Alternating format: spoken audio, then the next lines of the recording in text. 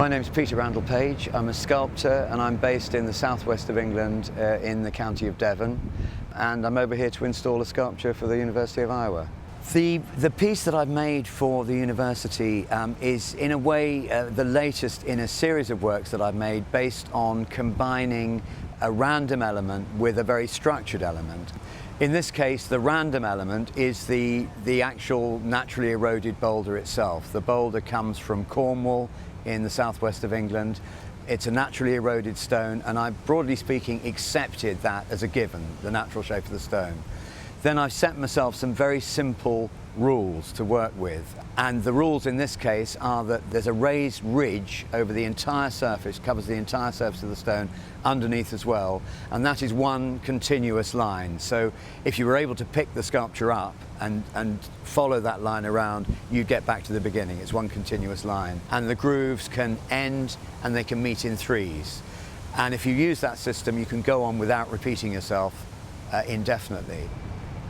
Additionally, the piece has a kind of axis of symmetry through it, and although the stone, being a natural eroded random shape, doesn't have perfect symmetry, I've created a kind of axis of symmetry so the pattern is mirror imaged on each side, but obviously has to adapt and distort to the vagaries of the random shape of the stone itself.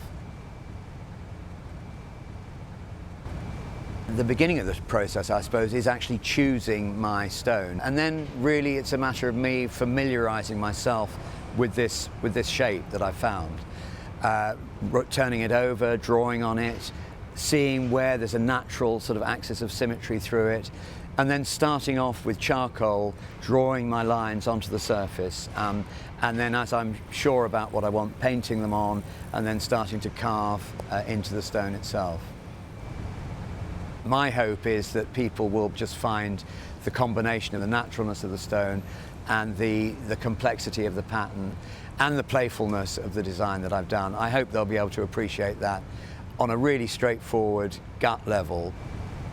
One of the most important things was keeping both with the physical environment here and also a little bit in terms of the kind of imagery and the background to the work in relation to the different schools of study that are going on here at the university.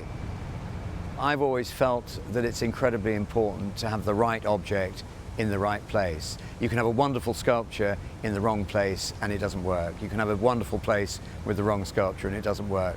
But if you get it right, the whole can be more than the sum of the parts.